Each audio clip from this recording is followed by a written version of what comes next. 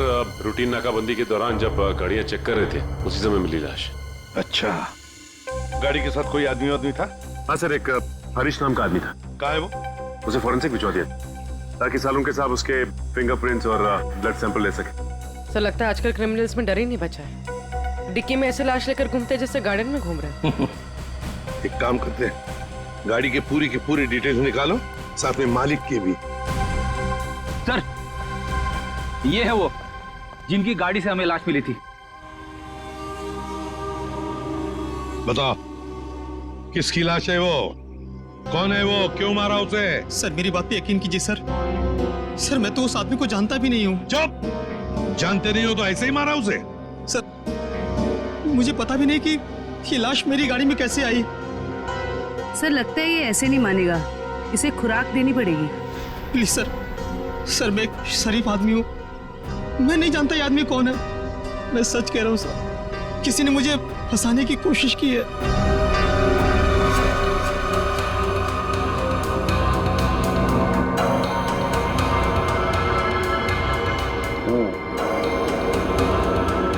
इसका body temperature के हिसाब से तो तारिका इस आदमी की मौत 6 से 8 घंटे पहले हुई। 6 से? सर इसकी घड़ी भी लगभग, ये देखिए, लगभग 8 घंटे पहले ही बंद हुई है और टूट भी चुकी है। तो हाँ, इसका मतलब तो ये हुआ तारिका कि यह आदमी 8 घंटे पहले कहीं गिरा था या किसी ने इसे गिराया और उसी दौरान इसकी सांसें भी बंद हो गई और इसकी घड़ी भी बंद हो गई। अच्छा, एक काम करते हैं, हरीश के कपड़ों का लिमोनॉल टेस्ट करते हैं, शायद कुछ ब्लड स्ट्रेन मिल जाए।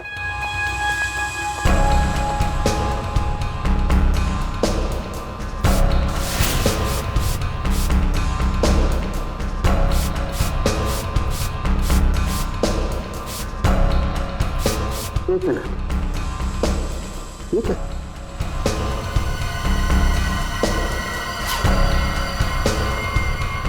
Secret pocket. Secret pocket? अच्छा चलो इसको टेस्ट करो।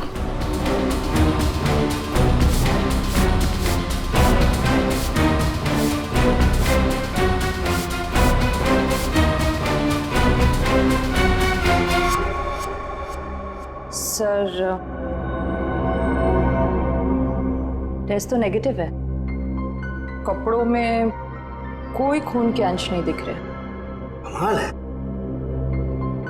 एक लाश को एक आदमी डिक्की में उठा करके रखता है और उसके कपड़ों पर कहीं भी कोई खून का धब्बा नहीं है।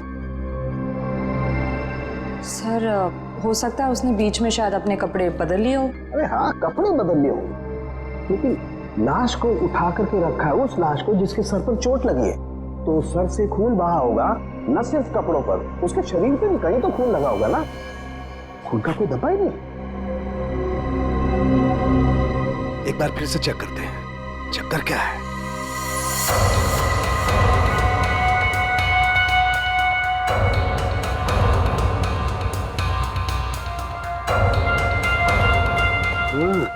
अरे क्या इसके नाखूनों में कुछ है?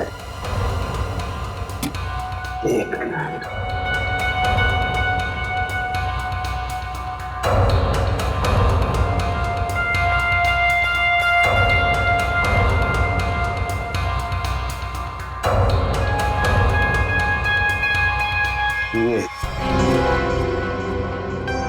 यही हमारा सुराग है। अच्छा, इसकी और बाकी की चीजें चेक की थी कपड़े के अलावा? हाँ सर, बस जूतों में से थोड़ी मिट्टी मिली है। मिट्टी मिली है? हाँ, दिखाती हूँ।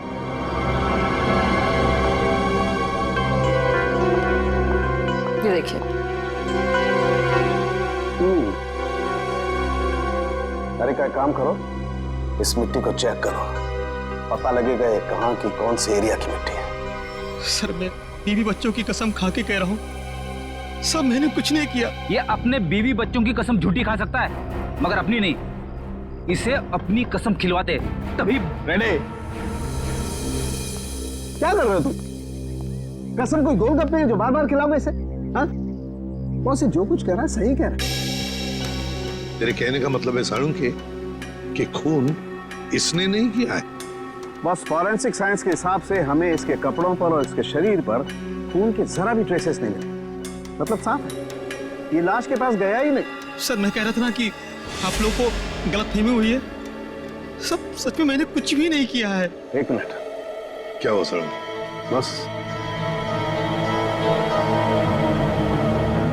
बस ये देखो, यहाँ पर से पेंट खुरचा गया है और यही पेंट मुझे लाश के नाखूनों में मिला है। तो इसका मतलब है ये आदमी गाड़ी के डिक्की में रखने से पहले जिंदा था, जान थी उसमें।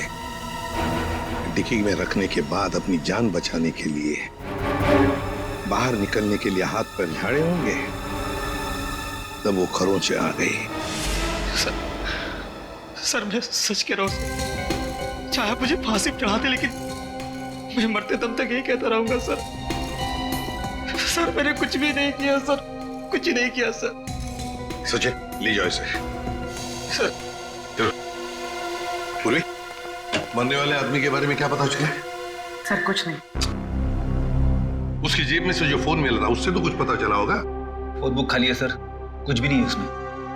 सर उसके कॉल रिकॉर्ड की लिस्ट मंगवाई है। गुड, उससे पता चल जाएगा कि आदमी कहाँ कहाँ गया था, किस किस नंबर पर फोन किया था, सब कुछ पता चल जाएगा। सर जूतों में मिली मिट्टी की रिपोर्ट आ गई है। अच्छा, तो क्या कहती है रिपोर्ट? पायरंथ्रम के अंश मिले मिट्टी में से। What? मिट्टी में से पायरंथ्रम के अंश मिले? पायरंथ्रम? पायरंथ्रम तो एक पेस्टिसाइड होता है जो अक्सर लोग गार्डन में पौधों को सड़ने से बचाने के लिए इस्तेमाल करते हैं या फिर छोटे मोटे कीड़े मकोड़ों को मारने के लिए इस्तेमाल करते हैं। तारिका, सर उस हरीश की रिपोर्ट भी आ गई है। अच्छा, गुड गुड। दिखाती हूँ। क्या बोलती है रिपोर्ट? विश्वास नहीं होगा आपको।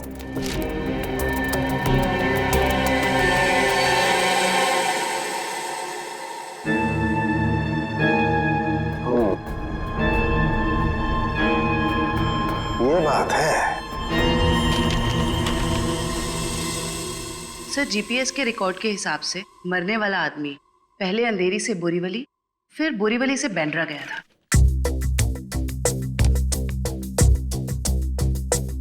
अंधेरी से ये गया बोरीवली और फिर बोरीवली से आया बैंड्रा। इस आदमी की मौत 8 घंटे पहले हुई है। 8 घंटे पहले तो जीपीएस से पता चल सकता है कि मरने से पहले आखिरी बार वो कहां पर था। बॉस, जरा ये रिपोर्ट देखो।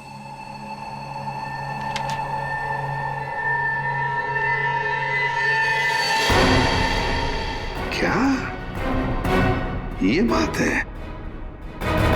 रेडी, ले आओ इसे बाहर।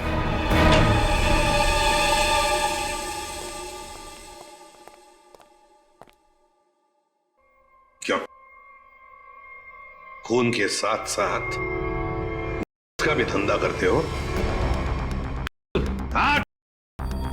तुम्हारे कपड़ों में से अंश मिले हमें। इसके सर मैं पैसों के लिए सप्लाई करता हूँ लेकिन मैं कातिल नहीं हूँ सर, मैं सच कह रहा हूँ।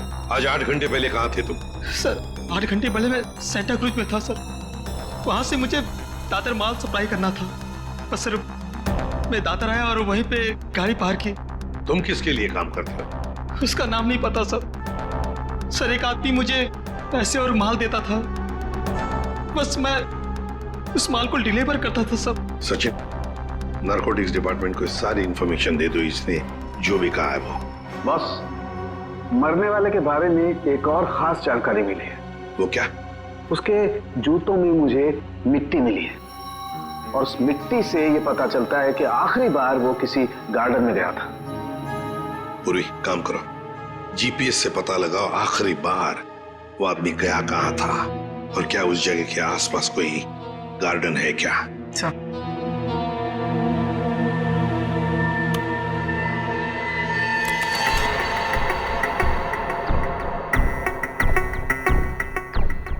सर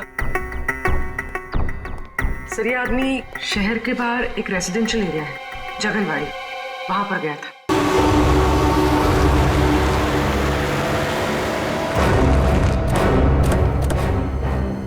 सर जीपीएस के हिसाब से ये वही जगह है जिसे हम ढूंढ रहे हैं।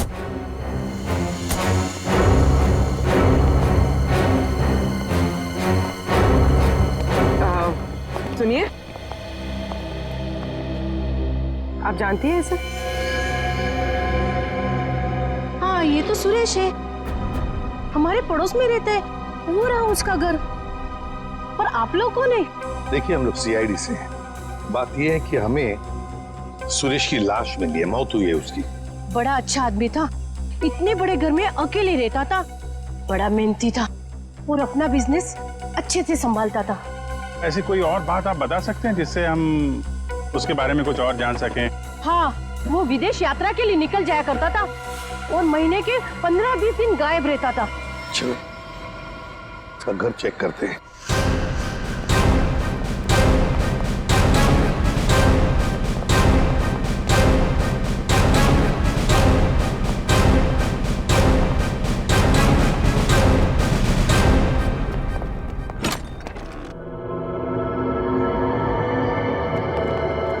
दरवाजा खोला है?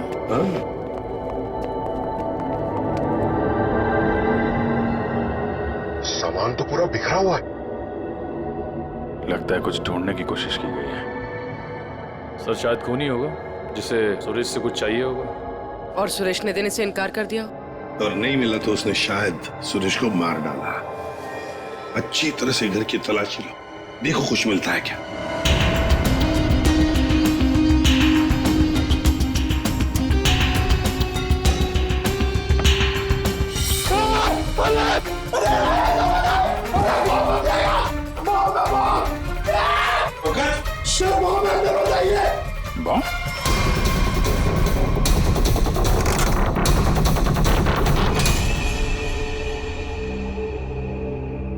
खाली है, अंदर कुछ भी नहीं। लगता है खूनी सब कुछ लेकर गया है यहां से। तो फिर ये केस खून के साथ साथ लूट का भी हो गया सर। और ये लूट पिछले 8 घंटे में हुई है, सुरेश के मरने के बाद। काम करो, जाके सारी फिंगरप्रिंट उठाओ, एक एक फिंगरप्रिंट है।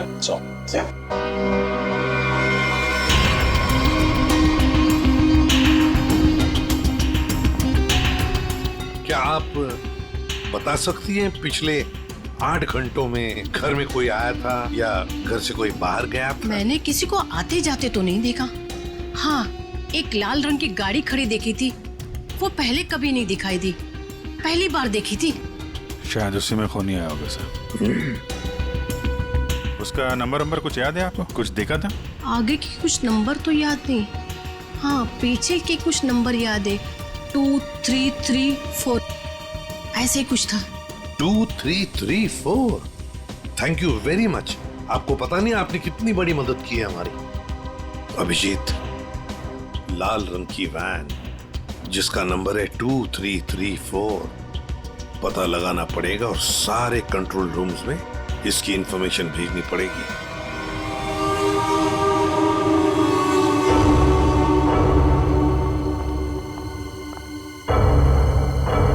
Yes ma'am. Yes ma'am, may I help you? मैं आपकी क्या सेवा कर सकता हूँ? वैसे तो आप बहुत कुछ कर सकते हैं, लेकिन अभी फिलहाल सिर्फ पता बता दीजिए। ये मेरा कार्ड है और you call me any time, इसमें मेरा एड्रेस भी है। Very funny. हमें आपका पता नहीं, हमें मिस्टर विनोद का पता चाहिए। किस रूम में है वो? एक्चुअली मिस्टर विनोद ना एक्सक्यूज मी, घबराइए मत। एक्चुअली मिस्टर विनोद ने ही हमें यहाँ बुलाया है। सॉरी, मुझे आपकी बात पर पूरा भरोसा है, लेकिन मुझे मिस्टर विनोद से एक बार पूछना पड़ेगा क्योंकि वो हमारे स्पेशल गेस्ट हैं। सरिता, मिस्टर विनोद से कहिए कि उनसे बहुत खूबसूरत लड़कियां मिलने आई हैं। Yes sir.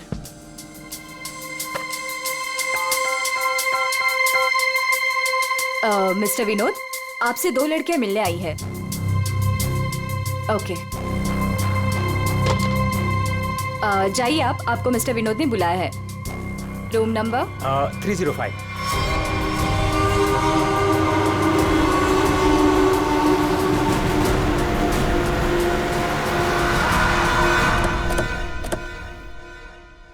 सर उस लाल गाड़ी के मालिक का पता चल गया है। वो किसी विनोद के नाम पे रजिस्टर्ड है। यहाँ इस होटल में छुप के बैठा है।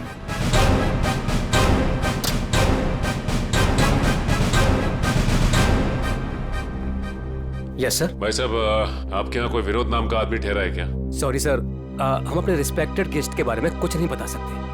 नहीं देते ही अच्छी बात है, लेकिन हम लोग सीआईडी से हैं। सीआईडी से? क्या हुआ सर? हुआ नहीं है, होने वाला है। आप हमें जरा मिस्टर विनोद का कमरा बताइए। सर बात क्या है ये तो बताइए।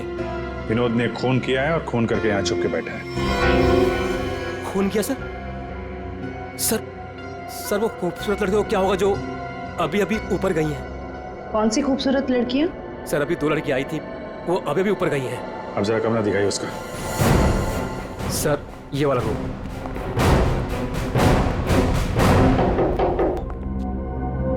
मिस्टर विनोद,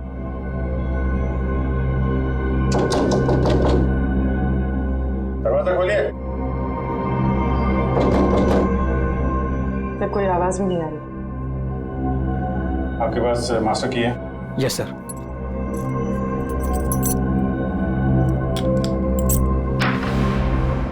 विनोद,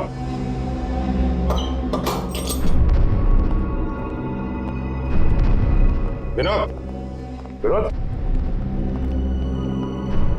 विनोद।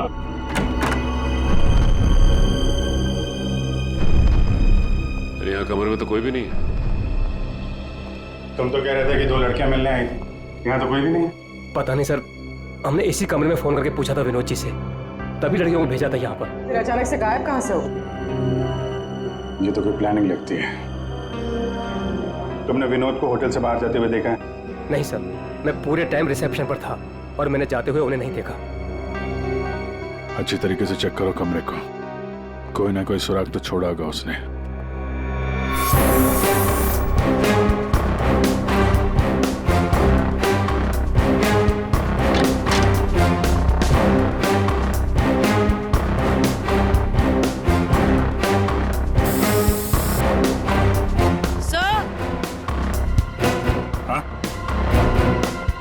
सर ये खून के निशान है।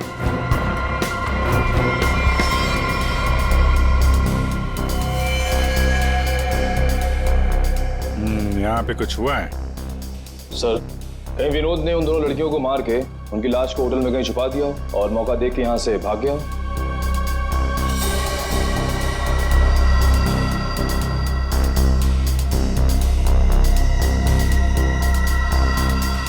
लाल रंग का धागा, ये तो किसी कपड़े का रेशा लगता है।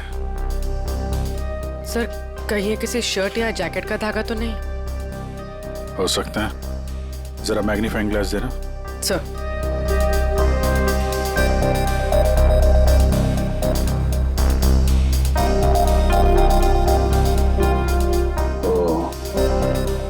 इस पे भी खून लगा हुआ है। तो धक्का मुक्की में जब यहाँ से निकला होगा तो ये कपड़े का रेशा यहाँ अटक गया। मैं सब एक बात बताओ, ये जो लड़कियां आई थी उनमें से किसी ने लाल रंग का कुछ पहना हुआ था क्या? हाँ सर, एक लड़की ने लाल रंग का ड्रेस पहन रखा था। फिर तो उस लड़की की ड्रेस का धागा ही है। और इन दोनों लड़कियों को रिसेप्शन पे तो किसी ने देखा नहीं जाते हुए। इसका मतलब हो सकता है ये होटल में ही हो दोनों। ठीक है, पूरा होटल छान मारो। और भी ये जो लॉबी में सीसीटीवी कैमरा लगा है ना, उसकी फुटेज चेक करो। अगर वो लोग होटल से बाहर गए होंगे, लॉबी से होकर ही जाएंगे।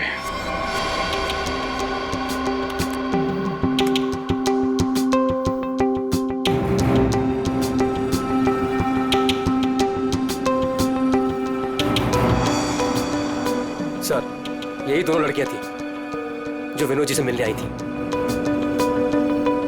अब जरा आप कॉरिडोर की फुटेज दिखाइए। ये विनोद के कमरे में कब गई?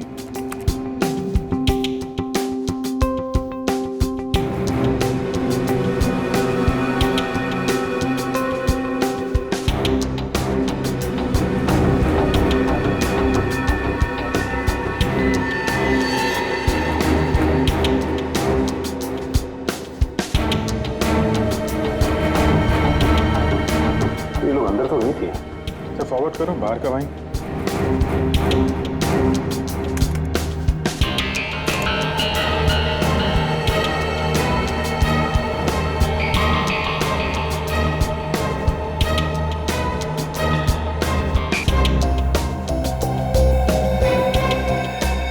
बाहर सिर्फ दोनों ही निकले।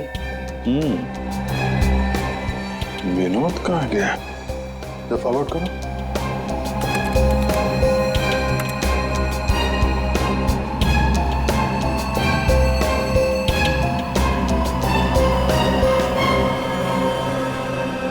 तो विनोद कहाँ गया? सर रूम में भी नहीं था और बाहर भी नहीं निकला। फिर ये विनोद गया कहाँ? एक मिनट, जब वो फुटेज दिखाना जब लड़कियां कमरे से बाहर निकली थी।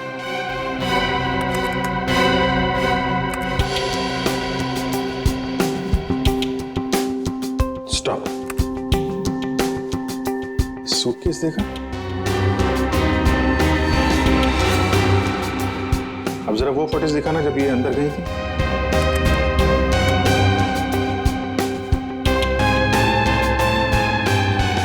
या स्टॉप स्टॉप, देखो जब कमरे के अंदर जा रही थी तब सूटकेस नहीं है, और जब बाहर निकली तो इतना बड़ा सूटकेस। कहीं ये विनोद सूटकेस के अंदर तो नहीं? सूटकेस में विनोद? हाँ, मार के अंदर डाल दिया हो। अब जरा एग्जिट की फुटेज दिखाइए। इन दोनों लड़कियों ने होटल कब छोड़ा? सर ये तो एक ही औरत बाहर जाते हुए दिख रही है, दूसरी औरत कहाँ गई? दूसरी कहाँ है? फॉरवर्ड पर।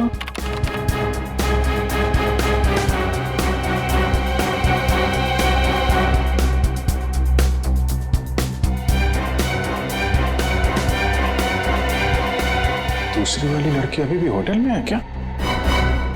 निखिल। Yes sir.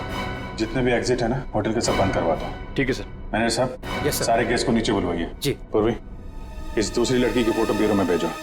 अपने क्रिमिनल डेटाबेस से चेक करो, इसके बारे में कोई जानकारी मिलती है क्या? कोई क्रिमिनल रिकॉर्ड है इसका? ये गेट क्यों बंद है? आप प्लीज इसे खोलिए, हमें घर जाना है।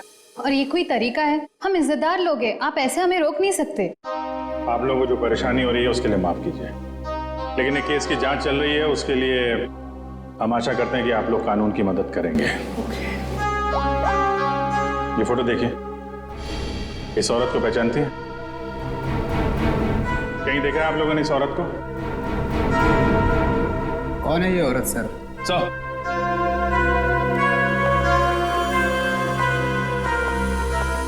सर पूरा होटल सील कर दिया, अभी यहाँ से कोई बाहर नहीं जा सकता। साथ ही साथ उस लड़की के बारे में पूरी छानबीन की, लेकिन कुछ पता नहीं चला उसके बारे में।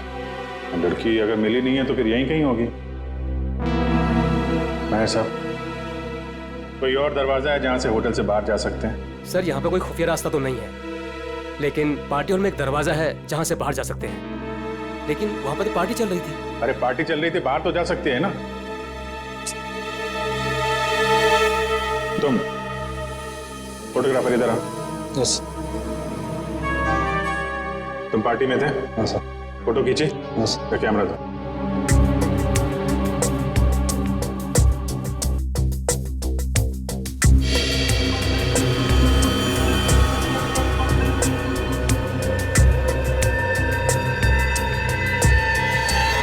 सर ये वैसे ही रेड ड्रेस है जैसे उन दो औरतों में से एक ने पहना था। यही है वो औरत। ये किसी आदमी से बात कर रही है?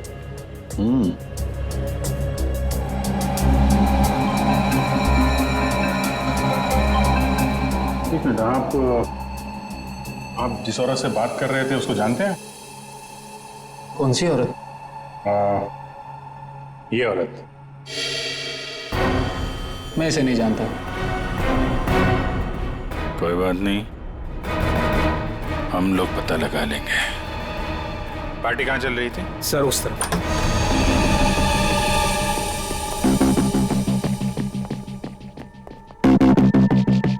सर फोटो के हिसाब से उस औरत ने वहां कहीं हाथ रखा है।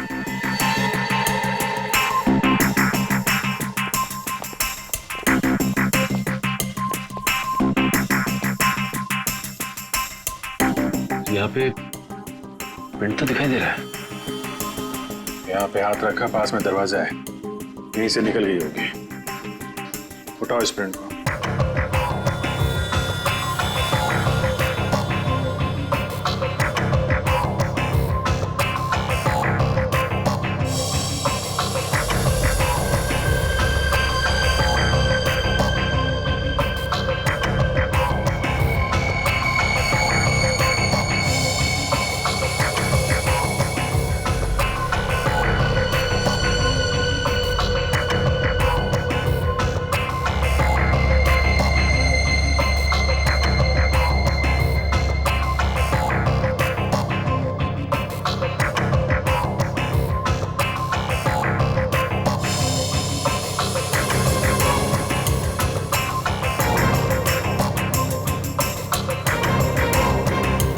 सर एक बात गौर किया आपने, ये जो उंगलियों का ये ऊपर का हिस्सा है उसकी रेखाएं काफी मोटी है, जबकि औरतों के उंगली के इस हिस्से की रेखाएं बड़ी बारीक होती, इसमें ऐसा नहीं है। ये रेखाएं तो मोटी है, मतलब मर्द की रेखाएं,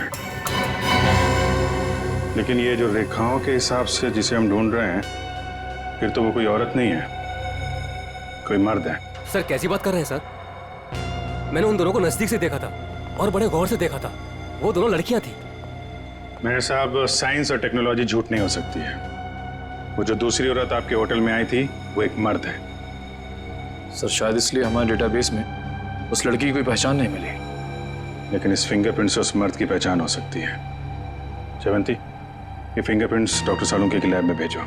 यस सर। इसमें पसीने के डीएनए भी होंगे, इससे उस आदमी के बारे में सारी जानकारी मिल सकती है।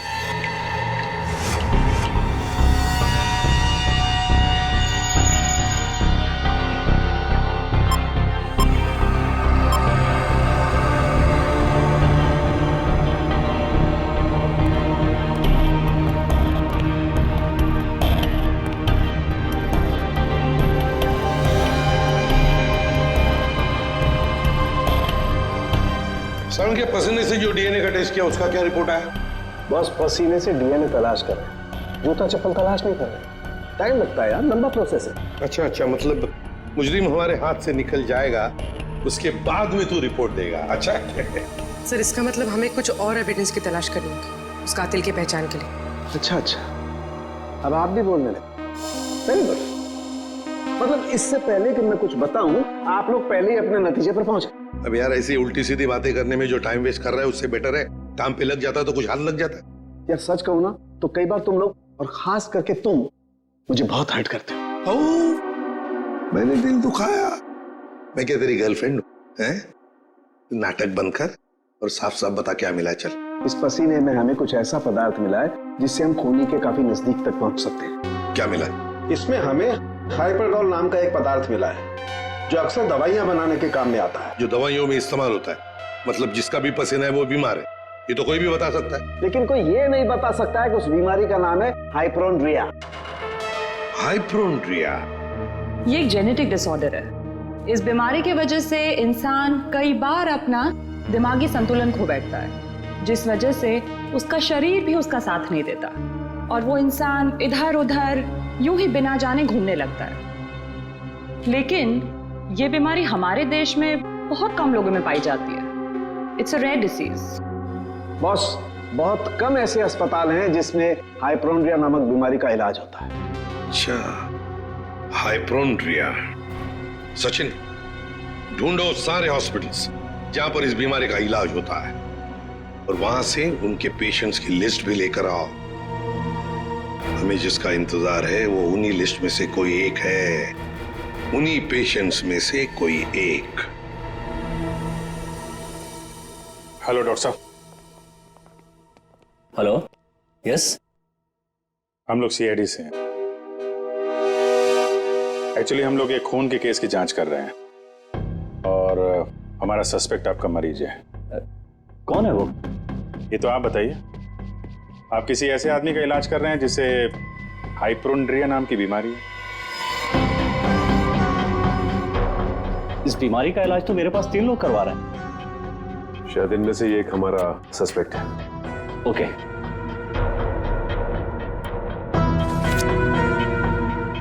ये रही वो file. Thank you doctor.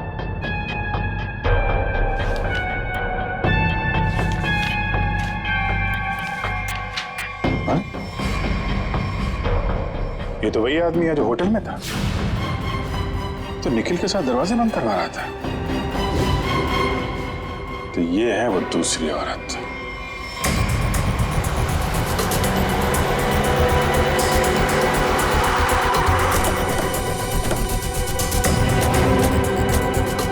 Excuse me manager साहब, वो वेटर कहाँ जो निखिल के साथ दरवाजा बंद करने गया था? क्यों सर, क्या हुआ? सवाल मत करो, जवाब दो, मेरे पास टाइम बहुत कम है। सर वो तो घर चला गया, उसकी शिफ्ट खत्म हो गई थी ना। वो वैसे रेस्ट रूम में रहता था, आज वो जल्दी चला गया, कुछ हड़बड़ी में था सर। मुझे मालूम है क्यों हड़बड़ी में था वो। वो रेस्ट रूम कहाँ है? सर होटल के पीछे। जयवंत निखिल जरा देखो रेस्ट रूम में जो मिलता है लेके आओ।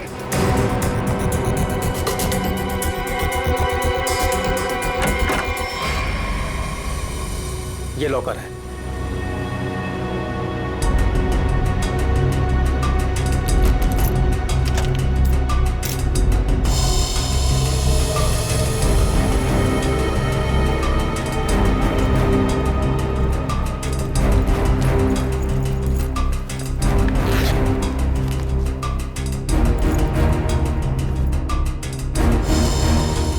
काफी चालाक है, फोन इसमें रख के गया ताकि हम उसे ट्रेस न कर सके।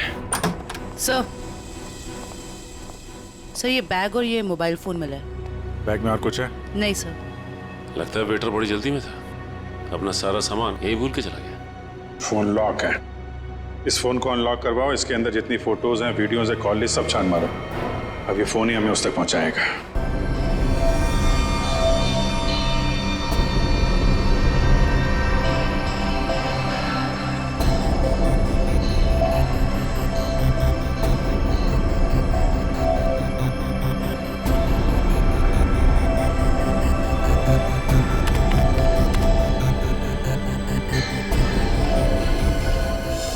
क्या बात है सारंगे, बड़ा खुश नजर आ रहा है तू। बॉस, इंसान को हमेशा खुश रहना चाहिए, मुस्कुराते हुए रहना चाहिए। इससे क्या बीपी कंट्रोल में रहता है, चेहरे पर झुर्रियां जरा कम आती है।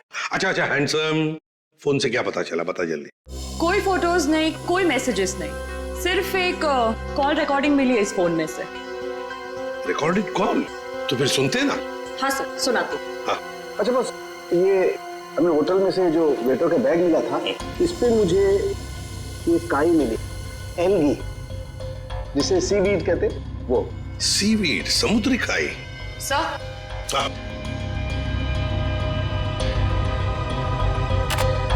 यस।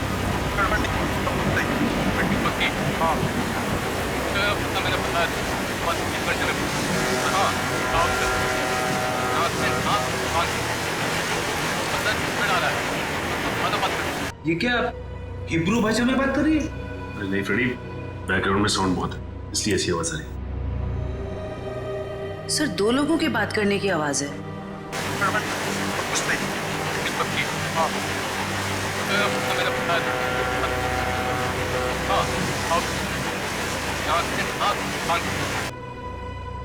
तारिका, जरा और क्लियर कर सकती हो क्या आवाज? हाँ सर।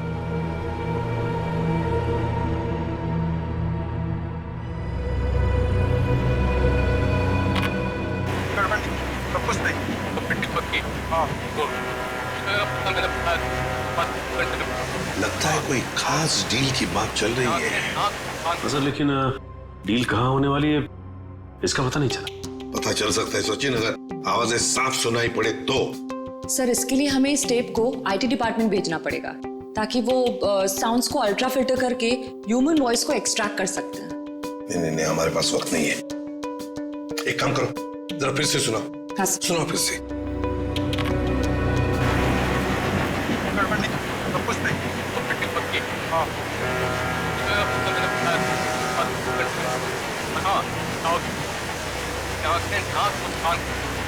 सर ये तो किसी पानी के जहाज के सायरन की आवाज है। जयवंती, फॉग हॉर्न का आवाज है ये, फॉग हॉर्न। अक्सर जब फॉग होता है ना, कोहरा होता है, तब ये सायरन बजाया जाता है बाकी जहाजों को सतर्क करने के लिए। सर मतलब जहाँ ये कॉल रिकॉर्ड हुआ है वो जगह बंदरगाह के पास है? बिल्कुल, जल्दी से जल्दी ये जगह ढूंढनी चाहिए, पहुंचना चाहिए हमें, इससे पहले कि ये डील हो जाए। Let's go.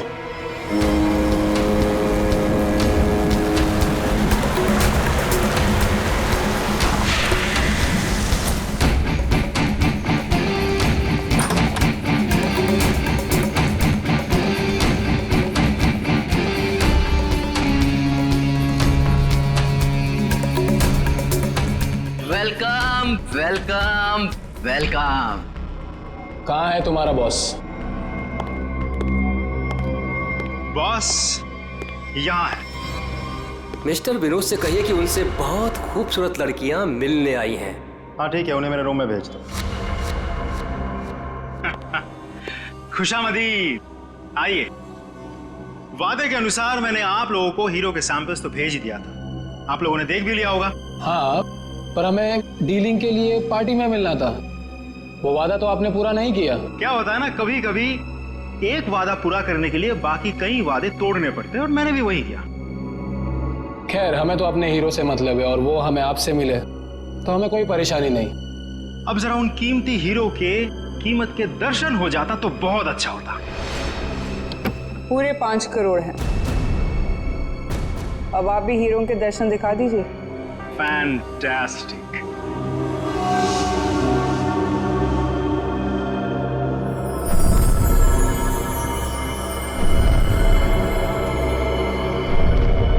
Thank you very much. आप लोगों के साथ बिजनेस करके मुझे बहुत अच्छा लगा।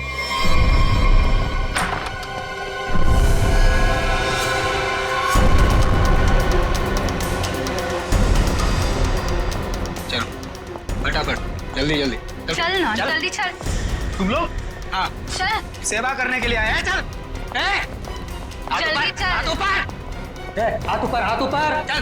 देखो, ये तुम लोग अच्छा नहीं कर रहे हो, ये अंजाम बहुत बुरा होगा, मैं बता रहा हूँ। तेरे बुरे अंजाम का तो फैसला उसी समय हो गया था जब तू हम लोगों को धोखा देकर हीरे चुरा कर भागा था। अब ये हीरे हमारे साथ ही जाएंगे और तू जाएगा ऊपर भगवान के पास, समझा? देखो, ये सही नहीं हो रहा है। मैं तुम्हारा दोस्त हूँ ना। दोस्त? डंक मारने वाला दोस्त? तूने क्या सोचा हमें भी सीआईडी की तरह धोखा देगा? नहीं, कभी नहीं होगा ऐसा।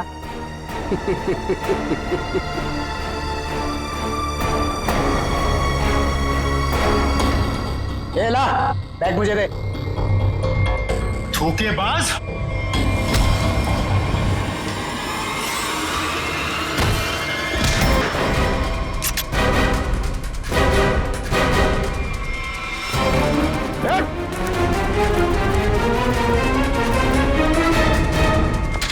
बस बस, कहाँ जा रहा है?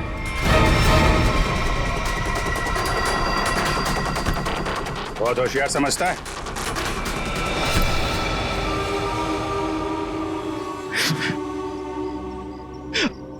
आप, मैंने मारा सुरेश को। क्यों मारा? हीरो के लिए। हीरो के लिए? हमें पता चल गया था कि सुरेश विदेश से हीरा स्मगल करता है।